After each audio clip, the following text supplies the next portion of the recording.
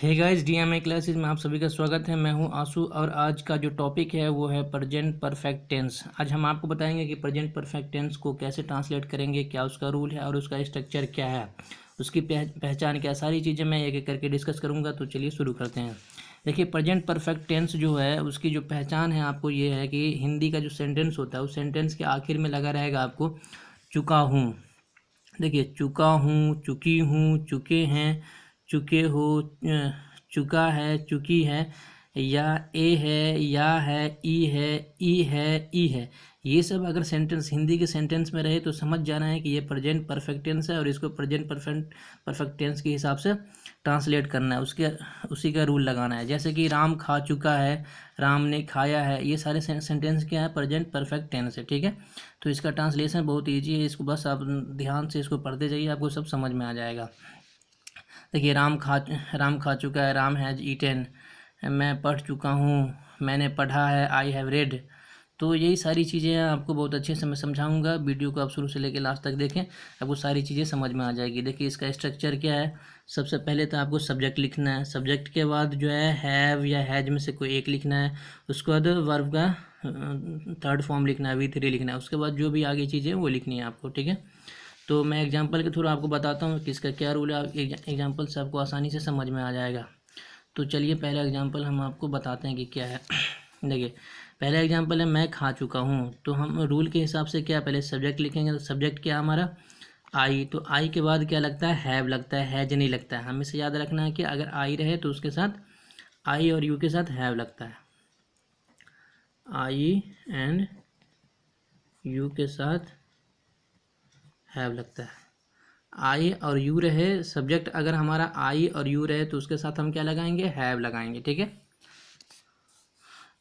एक वचन रहेगा तो हैज लगाएंगे, बहुवचन रहेगा तो हैव लगाएंगे। लेकिन इस केस में कुछ रूल बदल जाता है कि आपको आई और यू सब्जेक्ट रहेगा तो हैव लगाना है, बाकी चीज़ में एक वचन में हैज, बहुवचन में हैव लगाना है। तो मैं खा चुका हूँ, तो मैं के साथ क्या लगाएंगे, सब्जेक्ट हमारा क्या आई के साथ क्या लगाएंगे हम, हैव। उसके बाद हैव के बाद क्या लगाएंगे, V3। तो देखिए, ईट का V3 होता है ईटन। आपको याद करना पड़ेगा कुछ, इसका जो V3 होता है 50-60 आप याद कर लीजिए, 100 के करीब, बाकी उसी का इस्तेमाल होता रहेगा पूरा ट्रांसलेशन में।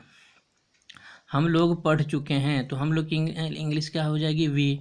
तो वी क्या है, बहुवचन। तो बहुवचन हमने बताया है कि बहुवचन के साथ क्या लगता है, हैव लगता है, हैज नहीं लगता है। बहुवचन अगर सब्जेक्ट रहेगा तो उसके साथ क्या लगेगा, हैव लगेगा। तो वी क्या है, बहुवचन, तो हमने क्या लगा दिया, हैव। अब ये क्या है, रीड। रीड की थर्ड फॉर्म क्या होती है, रेड।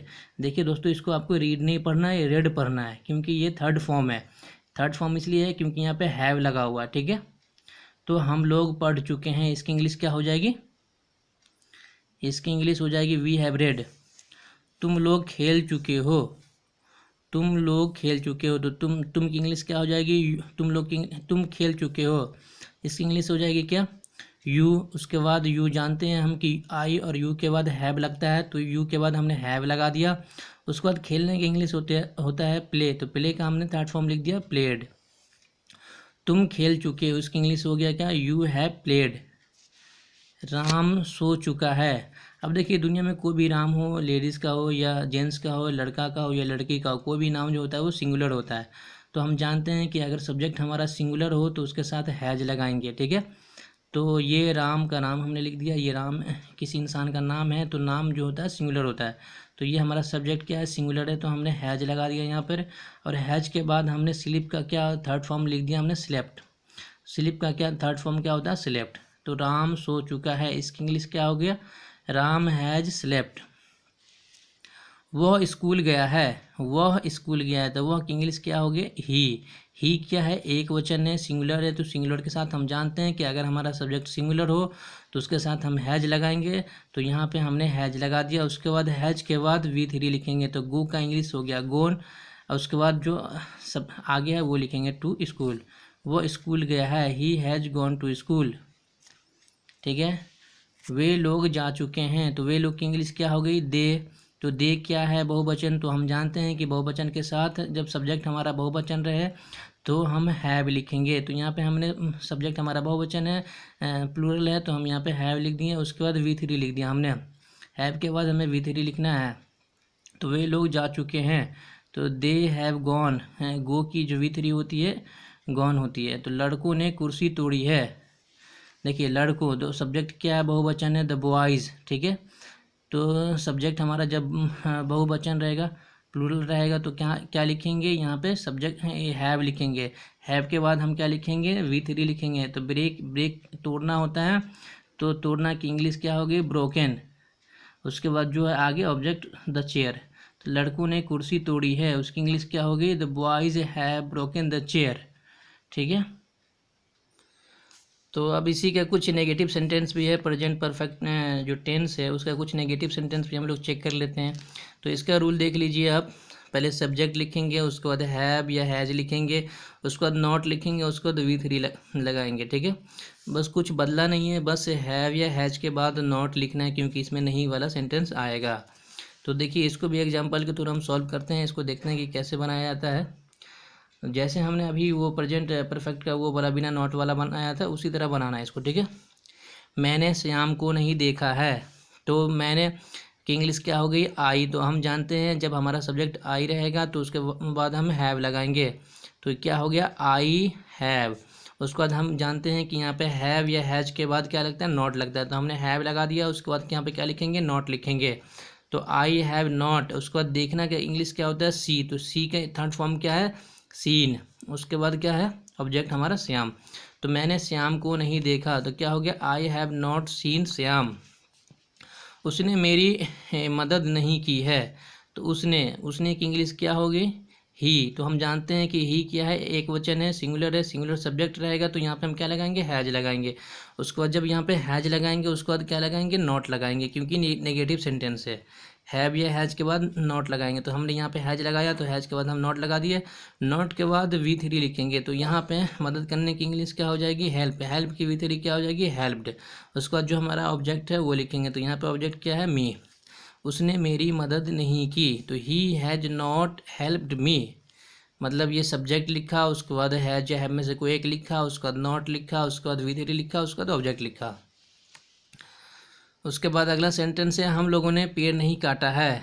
हम लोगों ने पेड़ नहीं काटा है, तो हम लोगों की इंग्लिश क्या हो गई, वी माने हम लोग। तो यहाँ पे हमारा सब्जेक्ट क्या है, बहुवचन है। बहुवचन के साथ हम जानते हैं कि हैव लगता है, तो हमने बहुवचन, सब्जेक्ट हमारा बहुवचन है, तो हमने यहाँ पे हैव लगा दिया। उसके बाद हमने नॉट लगाया, क्योंकि रूल के मुताबिक यहाँ पे हैव या हैज के बाद नॉट लगाना होता है, तो हमने नॉट लगा दिया। उसके बाद काटना की इंग्लिश कट होती है, तो कट की जो V3 होती है वो कट ही होती है, कट कट कट। कट की जो V1 V2 और V3 तीनों कट होती है। उसके बाद हमारा ऑब्जेक्ट है द ट्री, तो हमने द ट्री लगा दिया। हम लोगों ने पेड़ नहीं काटा है, इसकी इंग्लिश हो गई क्या, we have not cut the tree. सूर्य अस्त नहीं हुआ है, सूर्य अस्त नहीं हुआ है। The sun has not set.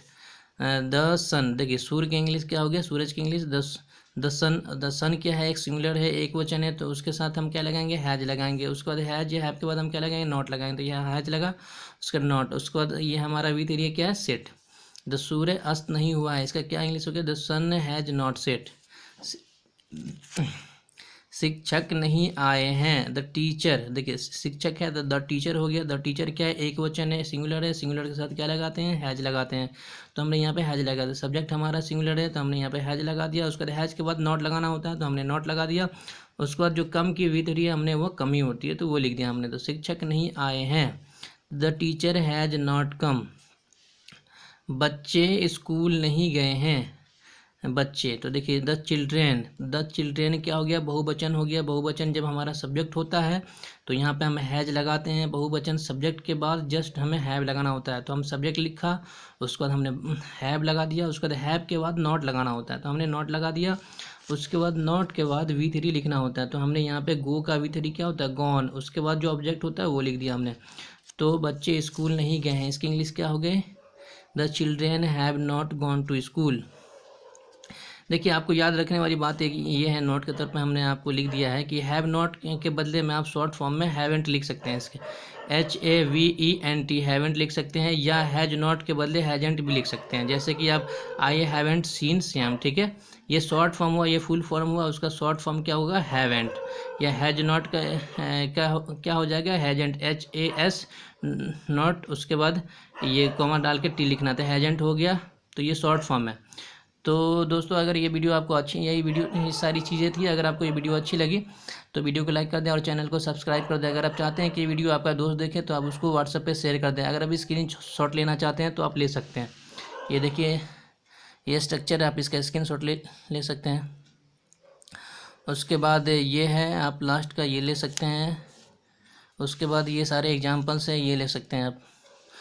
तो चलिए दोस्तों, थैंक यू, मिलते हैं नेक्स्ट वीडियो में।